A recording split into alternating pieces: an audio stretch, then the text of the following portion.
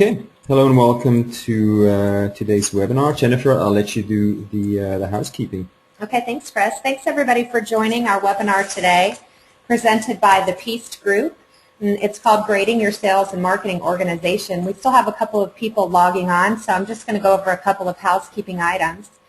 Number one, all attendees are currently on mute. That's so that we can eliminate any background noise of dinging while as people are joining. But if you do have any questions, please feel free to interact with us via the chat button or the Q&A function on the right-hand side of your screen in the GoToWebinar interface. Additionally, we are recording this session, and we'll send a link to the recording to everybody that registered for the event. You'll also be able to access the slides through that link that we're going to send out.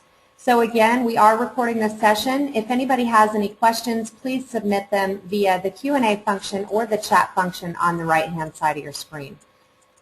And with that, I'm going to go ahead and start the webinar. So today, the three of us, me, myself, Jennifer Beaupre, Adam Blau, and Chris Rolfe, have decided to form a cooperative called the Piste Group.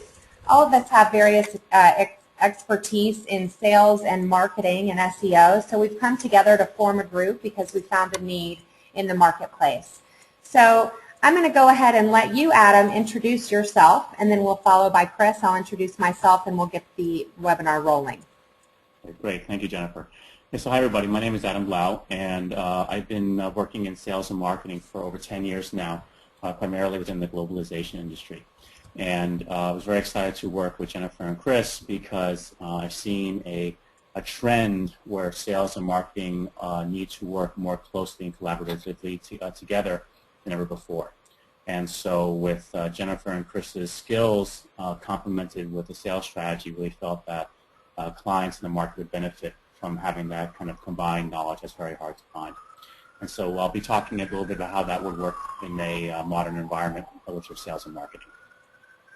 Great. I'll go ahead. So I'll focus more on the tactical side of things. I started a search engine optimization, social media, content marketing, internet marketing company here in Boulder called Boulder SEO Marketing.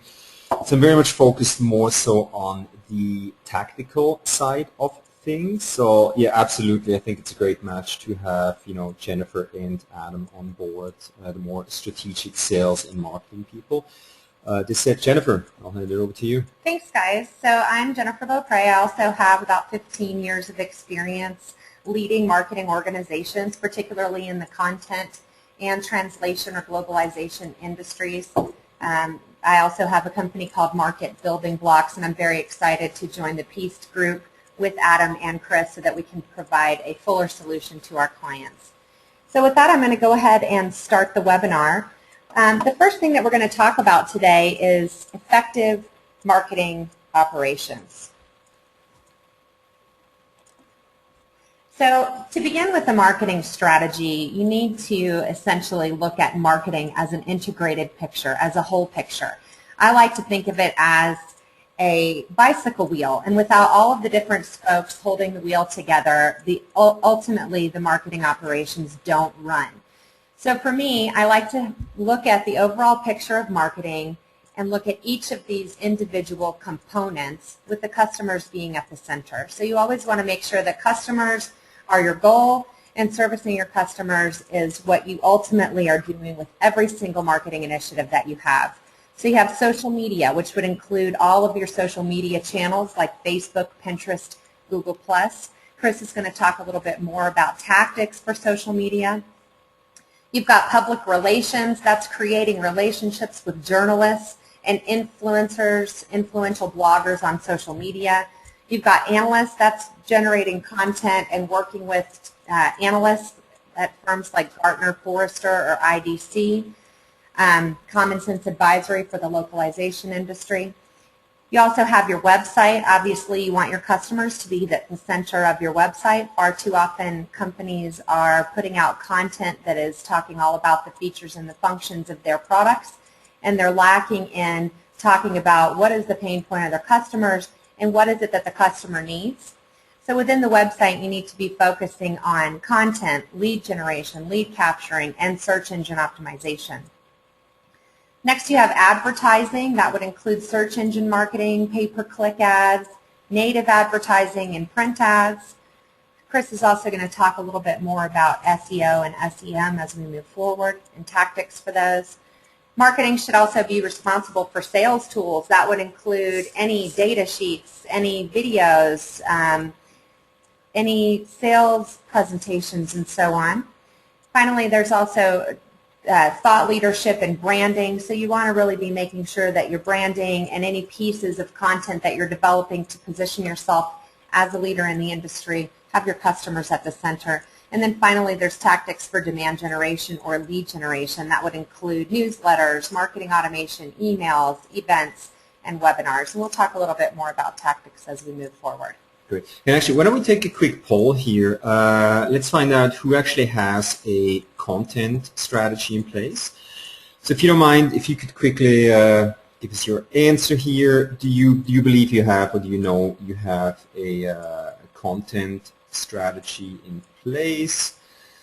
If you give us your answer. Jennifer, what's your, what do you think, how many companies usually have a content strategy in place? Most companies, unfortunately, that I work with do not have a content strategy in place. They don't know where to start, and they're just struggling to have the resources to create the content that they need. So they have a very reactive type of strategy, a little bit of a, oh crap, we need a blog this week type of strategy versus a very well thought out plan and strategy for their content. Okay, well, let's take a look at the results here. So nearly 40% say yes, 13% no, and wow, about 50%, I guess you're right on, they actually say, yeah, we're thinking about implementing one. So I think that's, you know, you're spot on. Jennifer, are we on to the next slide? Yep. Great. Okay, so now that we know that we're looking at an overall integrated marketing plan, it's time to start building the basics of your marketing organization. So the first thing that you need to do is define your objectives. What are your revenue goals? Who is your audience? What does your brand stand for? And what's your mission? Are you out there to be the #1 widget maker in the world, or are you just trying to reach a niche audience? It's very important to outline who you're targeting and what you're doing. Secondly, you want to do a SWOT analysis. You want to look at your strengths, weaknesses, opportunities, and threats. When I do these exercises, I typically look at the competitors. I find out what the competitors are doing, where their strengths are against the current brand that I'm working with. And I also interview and poll customers. Quite often customers will tell you different things than you recognize. You might think they bought you for one reason, and they might actually have some insight into what kind of challenges they faced and how your company solved them. So once you've done all those things, you know your objectives, you understand your strengths and weaknesses, it's time to really hone in on your messaging. As I mentioned before, messaging should be wholly about the customer.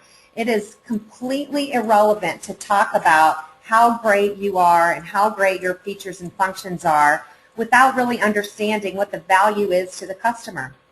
Unfortunately, nobody really cares about you. What they care about is themselves, and what they care about is the challenges that they face every single day. So if your company can go out and provide a solution for them and provide some sort of relief to the challenges that they face every day, you're doing a great job with your messaging. So we talked a little bit about content strategy, and it sounds like the majority of you do not have a content strategy. We had 60% of you don't have one. So that's a very important thing, but it's a challenge. Content marketing is kind of a new buzzword. People don't necessarily understand how to set out a strategy, and so I'm going to talk just a little bit about it. Obviously, the main component of a content strategy is content. So you want to create a very significant amount of content, and that content should provide value to your customer. So you don't need to be talking all about yourself and how great you are, but providing content that's relevant to your industry, that's going to be of value to your customers. You can do that in several ways. You can do press releases. You can have thought leadership pieces, which would include ebooks and white papers, case studies. You can do social media. There's a lot of fun things you can do on social media. You can use photographs. You can do content. You can have short pieces of content on Twitter. You can do videos. You can have how-to videos. You can have different videos about how to use your product in a more effective way. And then you can also include videos of presentations that you do at speaking engagements. You can also include in your content strategy webinars.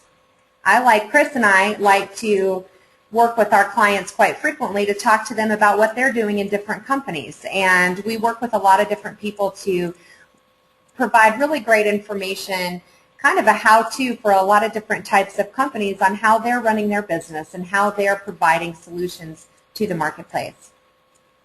Blogging is probably one of the most effective and most important components of a content marketing strategy. When you use blogs, you provide a significant amount of content that's going out on the internet that Google will actually search and find and then present you at the top of the search results because you look like a thought leader to Google. Chris will get into a little bit more later on how to use keywords in your blog strategy so that you can rise to the top of all of the content that's out there. But blogs are a short piece of information that provide value to a customer about anything that's relevant to your industry. We have a lot of different ideas for blogs, where to get them, where to get ideas for them, so make sure you contact us. And finally, guest blogging. If you can present yourself as a thought leader and do a guest column on some other type of blog and then create a link back to your website, it's going to be extremely beneficial in lending you credibility as well as an SEO benefit by linking back to your website. So now that you've got all this great content, you're going to want to understand how to distribute it.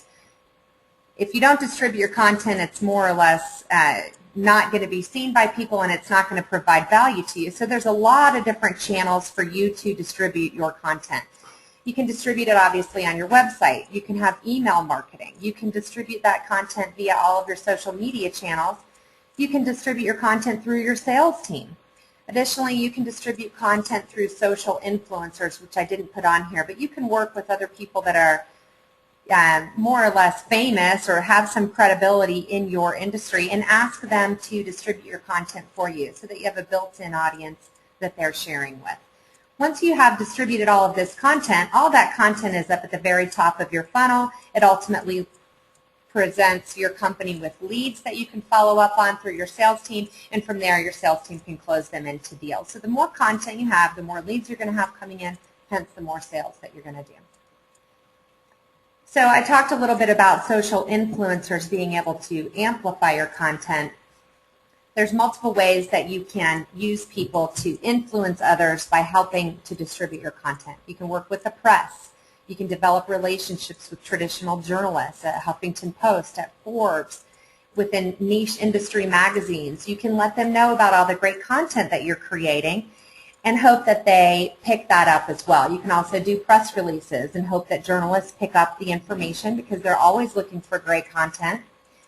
You can also identify social media influencers. Those are people with a large following that are relevant to your industry, and those social media influencers will be able to talk about you, repost your content, and share it with their built-in audience. Analysts, like analysts from Gartner or Forrester, Common Sense Advisory, those people have deep, deep knowledge in a particular industry by doing constant research, and they're always looking for great content. So if you've got great content, it's important to share it with analysts.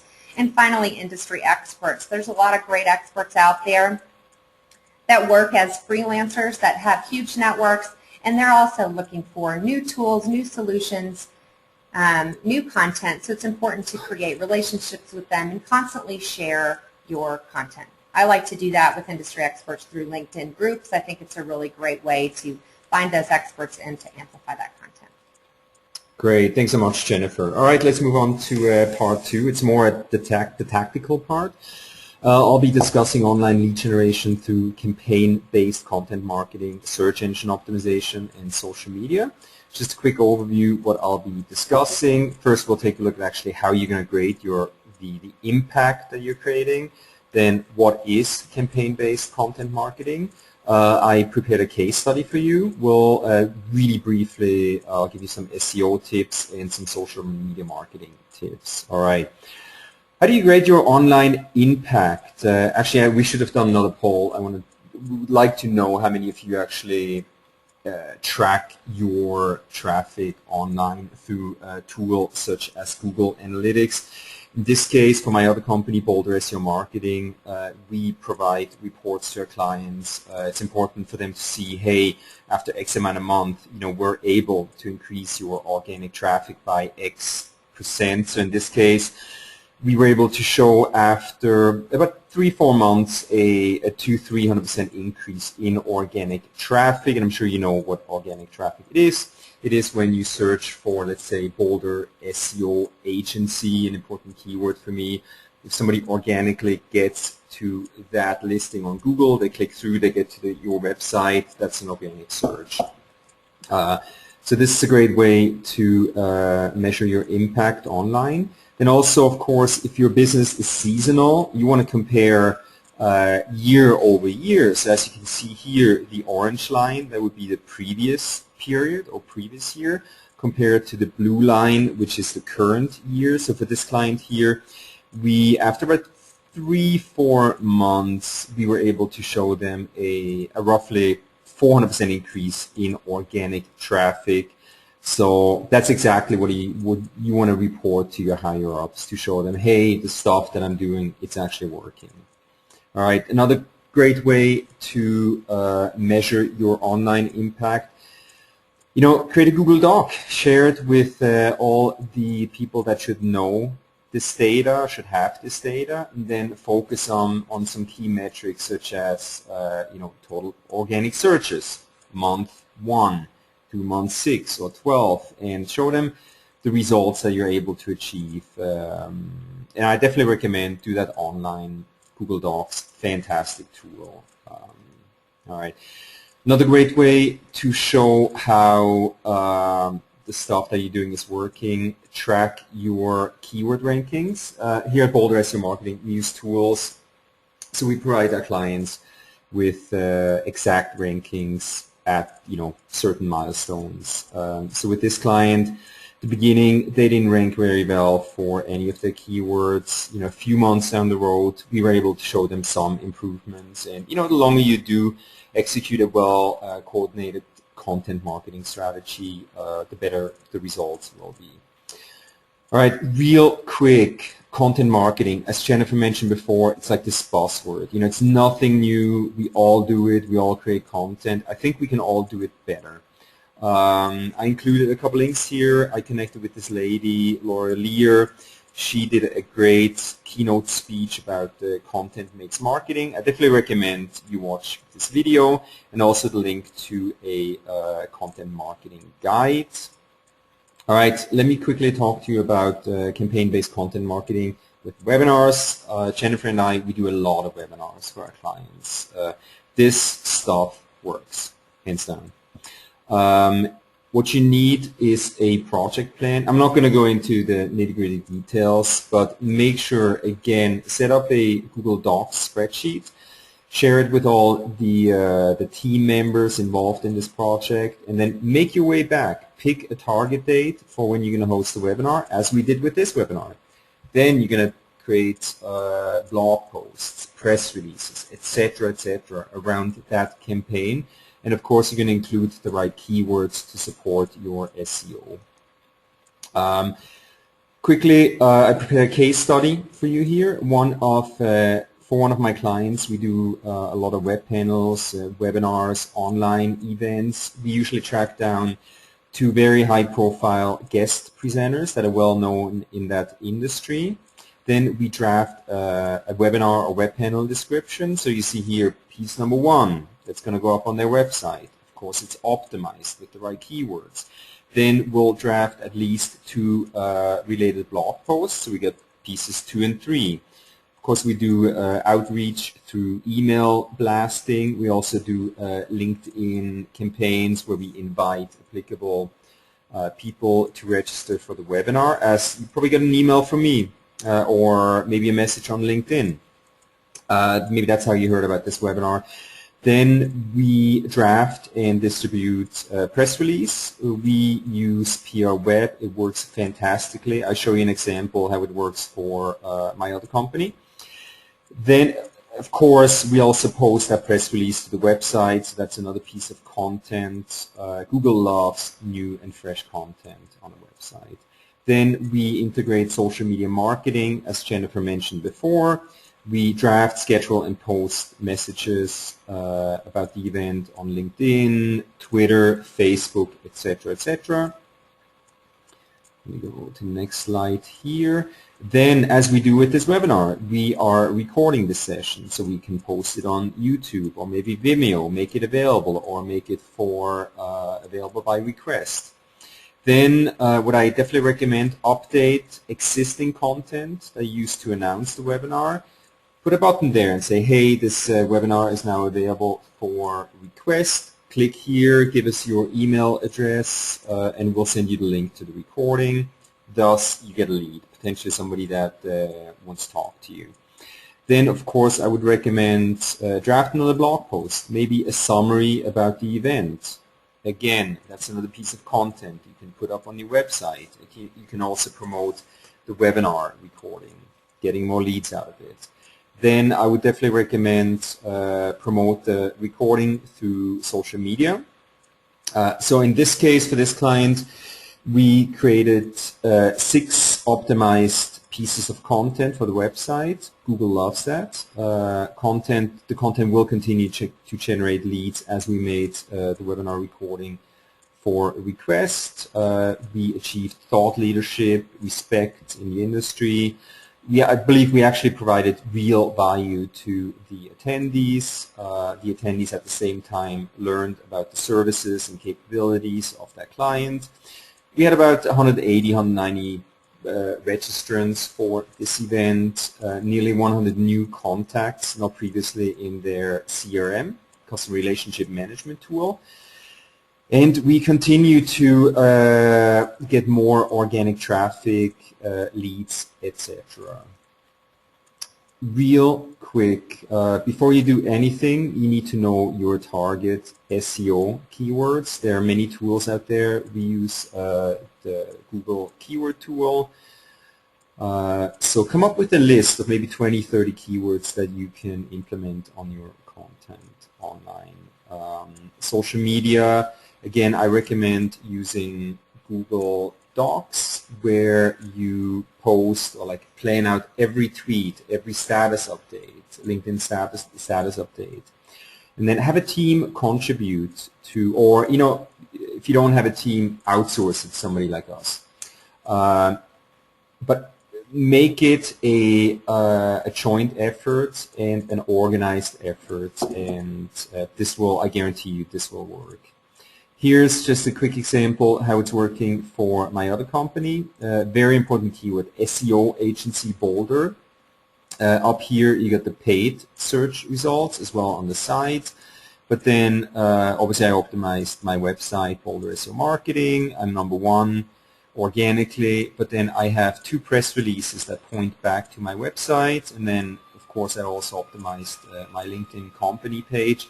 So basically it dominates the top of page 1 on Google for a very important target SEO keyword. This is making me a lot of money.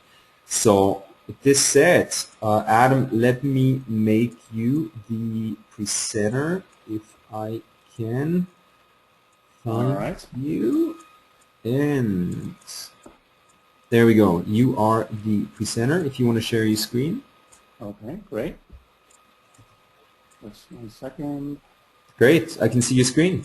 Can you see my screen? Okay, great. Yeah. So what I want to do now is kind of bridge a little bit of information what Jennifer and Chris spoke about, and kind of relay how that is very important in the sales process. And sales strategy, marketing strategy, these are huge topics. So what I've decided to do is to focus it a little bit more on the realities of the modern B2B buyer, so we can have a little bit of a focus, and from which we can have further conversations or questions and answers moving forward. So when I talk about the modern B2B buyer, what am I talking about? So these are buyers who are overwhelmed by complexity. They have a lot of vendors to choose from, a lot of different solutions, options, and choices to go through. So they're trying to figure. Let's say you're trying to figure out what would be the best carpet cleaner, or what would be the best construction company. There's so many different companies out there, and it's really hard to figure out which one to use. So the complexity is tremendous. At the same time, you don't always have the ability or desire to interact with each of these companies one-on-one. What was very popular and hyped up in the B2B environment was solution selling, customer-centric selling, spin selling, where this is all where you're trying to remove the price competitive or commodity nature of the business and make it into a more complex sale. And in order to do that, you have to understand their needs and objectives. A lot of times, clients don't have the time to go through that with all the vendors. Maybe they only want to do that with the select vendors. So what they're trying to do is self-help themselves. They spend a lot of time on the internet trying to figure out what are their needs, what are they trying to accomplish, and that's where spending 25% of their time researching that is what they do online. And so that kind of plays on to what Jennifer and Chris talk about, the importance of content marketing is you want to be found. And you really want to be able to use that information to help drive social connections. What really happened in the past is that companies would speak to business development managers, salespeople to help them prospect and help them understand what their needs are, but now they're using social connections. They're talking to industry colleagues, they're talking to business partners, they're trying to get information from peers first so they don't even have to talk to salespeople. So only 30% of salespeople are looking at organizations. So I know when you read stats and facts from the internet that it's always true. But in this case, the stats come from Oracle, from Jill Raleigh, and Gil's House of Palladius Cloud, who have done a lot of data and research on this. And for me, I think my own experience, these statistics are reflective of a general trend. I don't know if 92% use social connections, but it's definitely, they use that as a starting place first. So what is this, how does this affect sales? So what you definitely see is that the top third of your sales funnel has been removed. So the lead prospecting process or the guiding of clients to figure out what their needs are, what their objectives are, has gone because the buyers are already educated, they know what they want, there's information on the internet, and they're ready just to focus on either procurement or pricing. Have any of you ever received an RFP or RFQ where you never spoke to the client before? Kind of been interested, why did they select us? Or how did they know exactly what they want? And then now they're talking to me about my technology solution, but I never really spoke to them in the past. In the other way, when a lead is shown interest, then they're not ready to buy because the buying cycle has been extended so long that because there's a big consensus for group decision making. So groups want to have, you have a decision maker, then you have an influencer, you have the person who uses the vendor or the technology primarily, and they all need to be satisfied. So this takes a lot longer to do a sales cycle. And so that's where leadership, providing value, is critical to developing relationships. So as Jennifer mentioned, nobody cares about what makes your company great. Nobody cares about what your technology does. What they really care about is how well can you understand what they're trying to achieve, how well do you understand their business and their industry, and can you relate that into what and how you can help them with your service. And if you can do that, then you establish a leadership and value position. So that's the background of what the modern B2B buyer is going through. And so what I'm going to be talking about very briefly is we're going to look at sales strategy, training, and execution. There's so many different parts of the sales strategy, but I think these three will provide the most value to you. And what we're trying to do here is increase the number of leads generated and grow the percentage of closed opportunities. The sales benchmark indexing even states that if you have a top marketing department, maybe you get 30% of your leads are generated from marketing, where sales is still responsible for a majority of the leads that are going to be developed. So when I talk about the buyer, what's really important is to understand what a buyer's journey is. So we talked about how buyers go through their process of buying something. And what was more common, 5, 7, 8 years ago is what companies would try to do is to make the buyer follow the sales proposition. But we've realized that that's not applicable anymore because buyers are self-educating, buyers are getting research from peers and colleagues, and they're not following the sales process that companies have defined because they don't have time to go through it, and there's just so much complexity to evaluating a vendor. So what's really important is having a modern seller's journey where you are actually following each of the different stages of what the buyer does in the sales and also content marketing process.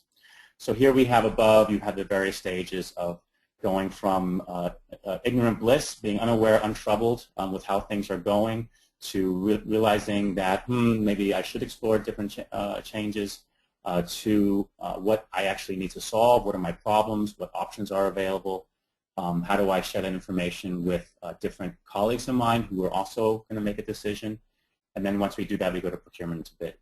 And so what often happens is once it goes to procurement and bid, that's when they speak to a salesperson for the first time. What we're trying to do is make sure that our clients are speaking with the clients at all different stages, or when they know that a client's at a certain stage, that they know exactly how to work with them. So in terms of the buyer journeys development, when we're trying to evaluate how well you're working, it's really important before you even begin is that you have a very basic sales strategy that says, what is your business segment? So what kind of companies are we talking to? Do they have, what is their size of revenue? What's the number of employees? What is our core sweet spot of clients that we want to talk to? I think that's the most basic that you can do. And then basic after that would be what kind of profiles that we want to have. So we talked about these buyer personas. Who is the person who would be using the information or using your product or service, but then who are the other people who are affected by it? A director who's looking at the business case. You have the primary customers using the product every day or the service every day, and then you have reviewers or technical support teams who have to use it, who have a say how important it is, but actually don't have a decision. So I would say an average, or the first step would be to establish compelling value propositions for each segment. This is where you want to understand as a salesperson who you're speaking to and what is important for them. What is their objective? If you're in the localization business, what is their translation manager or a localization manager trying to achieve? And then you can establish a value proposition to do that. So then you want to be, the sales team wants to have all that information for the target business segment and target profile. Once you've done that, you can take it to the next level by establishing sales activity process for lead generation. So how are you going to do lead generation? How do you know when a lead that marketing sent you is now actually appropriate for sales? Because we have these extended sales cycles, now we want to make sure that a lead that marketing has been working with is now ready for sales. And then once opportunities come into play, then we want to make sure that we have a process how we know how we can guide clients along their journey. And the the best thing you can do is actually demand generation, is having a link between sales and marketing to help buyers along that journey. And that's what this could look like. So you would have on the left-hand side something like a buyer's journey where they're unaware or interested, and then maybe they're just happy with their vendor. And marketing's goal here is to provide market insight, future predictions, interviews, commentary. These could be considered branding activities. But in addition, that is correlated closely with the sales activity. So can salespeople use the future predictions? Can salespeople find value in the commentary when they're using LinkedIn to prospect new clients, or are doing what we call warm calling to see where they are, if the company is consistent with what they're trying to, for their target profile, and where they are in their journey. So that's the really exciting part of modern sales and marketing. It's really combined. One shouldn't be left to their own device, but combining that is what we call demand generation. The next part is what I would call the seller's journey. And the goal really here is, like in any sales plan, is to have a systematic process and approach to making sure you're capturing how you're going about sales. And what we really want to do here is make sure that you have an ability to track what your sales team is doing, what activities they should be doing every single day, how many calls, how many emails, how much time they should look for new prospects, things like that. And so what you really want to do is understand the business segment and the journey to map those selling activities to each phase. So we know that we want to do 10 emails a day and 60 phone calls, or we want to do follow-up phone calls, or we want to establish a webinar and then we want to follow up from those. And that's what I'm talking about, a systematic approach. And you want to be able to track that with technology and also what we call lead nurturing programs. So lead nurturing, you can see, oh, this lead that we have has been in our system for 6 months. They've clicked on many different types of content, but there hasn't been a trigger event to see that they're ready to move on to the next opportunity phase. There's a lot of talk about social selling. I think that's a very exciting area where I read a statistic, of course it must have been true because it was from the internet, but I think it was relevant, that if you can get 7 referrals a month, that you can exceed your quota by 125%, and that's what top salespeople are doing.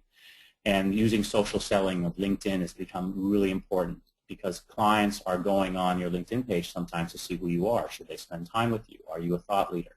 Is your company a thought leader? So how can sales and marketing combine that thought leadership pieces into the seller's profile to establish connections and referrals? And lastly, what I think is really important for any sales managers or CEOs who are managing sales teams is to have a forward-facing dashboards. So what I'm talking about here is, P&L statements reflect work that's been done already, but is really bad for predicting future results.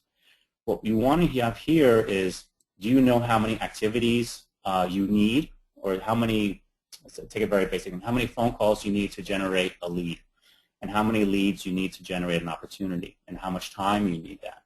So if you can see that you're doing your activities every month, that you are going to get this many opportunities, and from that number of opportunities you're going to get a certain number of client wins. That way then you can understand how well your company is doing. If you're not making the phone calls, if something in your system broke where all of a sudden you're not getting opportunities anymore, you can fix it earlier instead of later when you're generating the opportunity pipeline.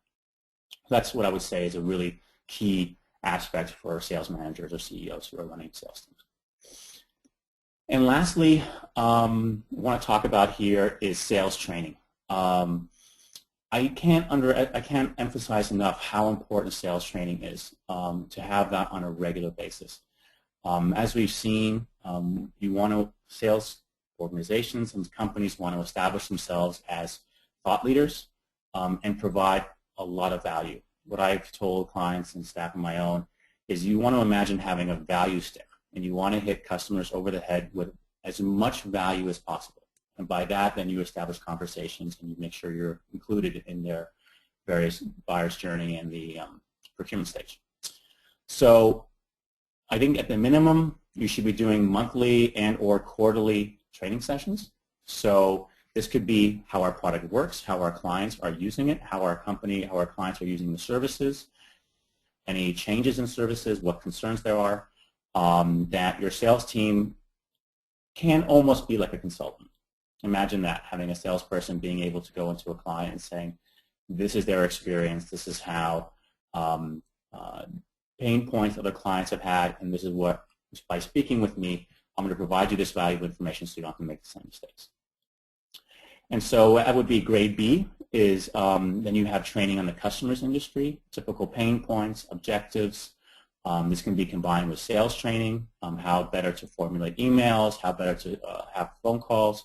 But regardless of how senior, regardless of what a superstar salesperson you might have, this has to be as part of a regular process. And I think CEOs and sales managers recognize this is part of their activity, because the better a skill, the better knowledge they have, the more effective they will be in selling, if you will. And lastly, I get this a lot when I'm speaking to my clients who are looking to hire a new salesperson, but they really, frankly, have no idea what the right profile is.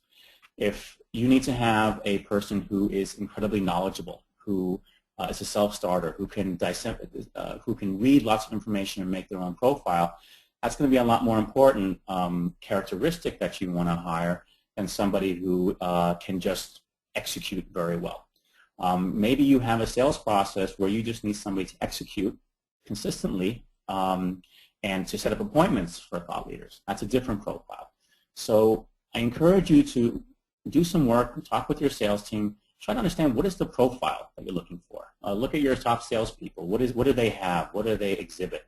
Try to write that in a document. Try to understand what that would look like in interview questions, or what you would look for in a resume, and that way you can train and hire to meet that success instead of going through a very costly mishiring of salespeople, which happens very regularly, I think. So, moving on. I'm just going to give a quick summary before we move on to questions and answers. So, in terms of having a marketing report card, does your marketing plan include content, press releases, branding, lead generation, sales tools, events, and content? If you don't have all the budget, what ones would make most sense for your company? But make sure your marketing plan includes that. How well is your content strategy aligned with sales? We talked about and showed how important that salespeople and marketing are talking the same language, understand the same clients, understand the same goals. How well is marketing feeding information that the sales team can use? Do you have a streamlined process for passing leads from marketing to sales? The worst thing that a salesperson can get is a lead that's just looking for information, is not ready to buy. It wastes time, and then it leads to greater frustration that marketing feels like they're doing good work and the sales doesn't want it.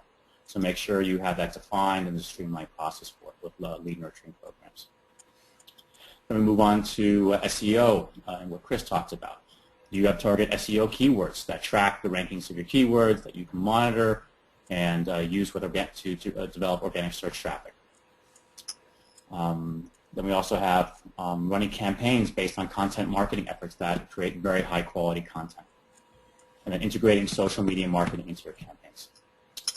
And what I just summarized a little bit, make sure you develop buyer personas and articulate your buyer's journey to match your sales activities with them. Understand all the tools available to build trust and recognition. They go hand in hand. There's a lot of wonderful technology out there that automates a lot of this. LinkedIn, I'm sure everybody's using it. There's a lot more to it, and I encourage you to really investigate that. And make sure that you're finding the right people to work in your organization that match and have the profile along your buyer's journey, because that buyer's journey will be different for a lot of your companies, and make training a regular activity for them. And with that, we're going to open up to questions. I would like to mention that we're going to be at Localization World, Jennifer, Chris, and I, next week. So if you are there, we'd love to meet with you if you want to pick our brains. Otherwise, you can reach us at info@Piste Group, or look about us at our About Me page, which is pretty cool new technology that Chris introduced me to as well. Yeah, and we're actually working on building a website, so that should be up soon. But for now, the About Me page, that's what we have. Jennifer, a question for you. What is the difference between earned, paid media and owned? That's a great question. There's 3 types of media that you can think of. There's earned, owned, and paid. So owned media is any of the media channels that you actually own as a company. So that would include your website, your Facebook page, your Google Plus page, anything that you have complete control over the messaging. Paid media is any type of content that you are actually paying for just distribution. So paid media would be Google AdWords. It would be promoted tweets. It would be promoted Facebook posts. It would be if you were doing a paid editorial in a magazine. So it's content that has a larger distribution, but you're paying for that distribution. And then earned media is kind of the holy grail of content marketing, and it's what you hope to achieve. Earned media is when some other person or entity takes your content and then shares that content. So you've actually gained a following and you've gained exposure because someone else took that and shared it. If you have a lot of people liking your content, reposting your content, sharing your content, retweeting, all those things are earned media, and they're essentially free of charge. If you put out a press release on a wire and a journalist picked it up and then wrote an article about you in your magazine, you've now earned the additional exposure with their audience. And so you're constantly trying to create really great content on your owned media sites through paid media so that you can achieve earned media and hopefully have content that goes viral. Great, thanks a lot. influencer marketing sounds complicated. Can you tell us more about it? And actually, let me quickly address that. I'll hand it over to Jennifer. She's the expert in that. We actually do it for some of our clients, where basically you got to find who's an influencer in the industry. You know, it's a little bit of a tedious process, but you have to get in touch with them, pick up the phone, send them an email, and say, hey, would you maybe be willing to write a blog post? You know, here's our product. Would you be able to test it? You know, give us your honest opinion. If you have a great product or service, you know, the review or the blog post will most likely be beneficial. It's great off-page optimization in terms of SEO. So we do it. It's doable. You need a process in place, but yeah, it's absolutely doable. Jennifer, tell us more about the influencer marketing. Sure. Influencer marketing is kind of a new buzzword, but essentially you are looking to identify people who are influential in the online space. So there could be a big variety of people that are influencers. Justin Bieber, for example, is one of the most influential people on Twitter because he's got an extremely large following. However, Justin Bieber isn't going to be a good influencer if you're selling ERP systems. So you really need to look for people that are influential in your individual niche. Then you work with them in a variety of ways to get them to share your content so that they're lending their credibility and they are actually exposing your content, your company, and your products to their already built-in audience.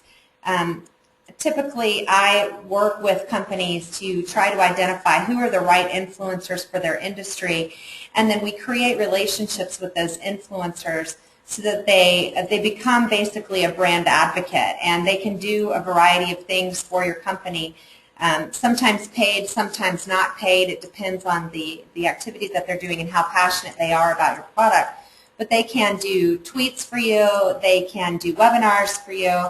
They can also create blog posts and share it with their audience. So there's a lot of different ways to do influencer marketing, but what it boils down to is identifying the right bloggers, journalists, and social media influencers, and then activating them to create content on the behalf of your brand. Great, thanks a lot.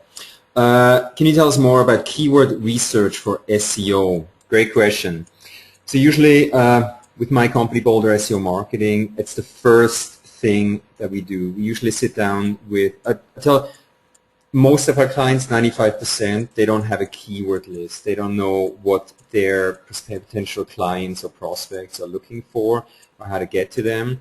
So we usually sit down with them in a 2, 3, 4 hour session, and we'll go through hundreds and hundreds of keywords to actually identify the golden nuggets.